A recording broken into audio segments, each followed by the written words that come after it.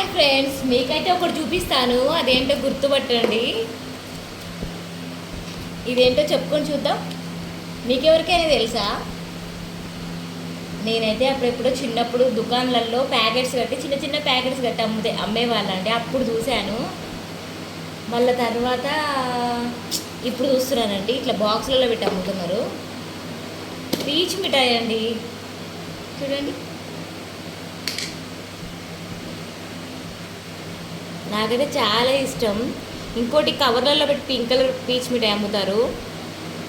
అది పెద్దగా ఇష్టం ఉండదు, కానీ ఎక్కువ తినలేదు కూడా. ఇదంటే నాకు చాలా ఇష్టం. టేస్ట్ మాత్రం సూపర్గా ఉందండి. ఇగో 50 రూపాయలండి ఇది. నేను డబ్బా తీసుకున్నాను రోడ్డు మీద అమ్ముతుంటే. నాకు తెలియకుండా వెంకటేష్ నాకు ఇష్టం అని చెప్పేసి ఇంకో డబ్బా తీసుకున్నానండి. ఈ డబ్బా అయితే వెంకటేష్ మొత్తం తినేసిండు. నేను ఒకటి తీసుకున్నా, ఆయన ఒకటి తీసుకున్నాడు. ఇంకేం చేస్తామంటే 2 తీసుకున్నా. ఈ డబ్బా నేను దాచుకున్నాను. ఈ డబ్బా వెంకటేష్ తినేసిండు.